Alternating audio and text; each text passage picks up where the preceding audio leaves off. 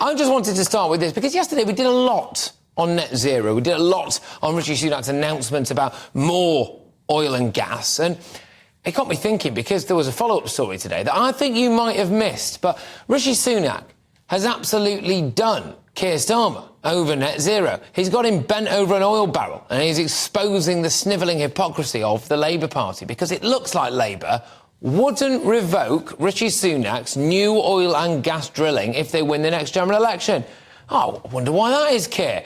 Is it because maybe you realise that all these green policies that you claim to love would actually be terrible, unworkable and unaffordable for Britain?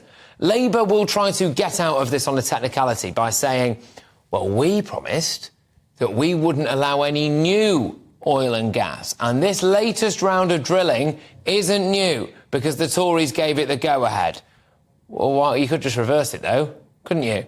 You could do that if you wanted to. Look, mark my words, if Rishi Sunak started turning the boats back in the channel and it worked, Labour wouldn't reverse it if they came into power either. They're constantly voting against the illegal migration bill.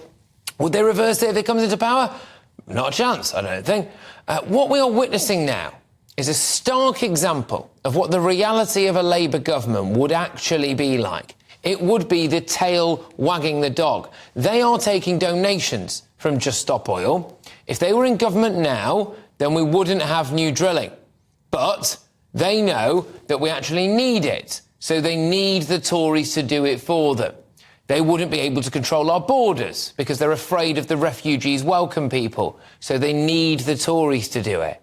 They couldn't possibly protect women in women's spaces because Keir Starmer, until very recently, spent years not being able to say what a woman is for fear of offending people who look a bit like me but with a wig on. So they need the Tories to pass laws to do it for them.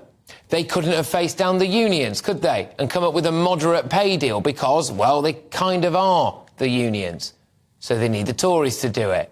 Rishi Sunak, right now, is actually making, sometimes, quite sensible decisions that are in Britain's best interest. And he's been completely vindicated by the fact that if Keir Starmer came into power, I don't think he'd actually reverse much. If Keir Starmer comes to power, he will be too busy trying to manage the Labour Party's own internal factions to actually fix any of the problems facing Britain.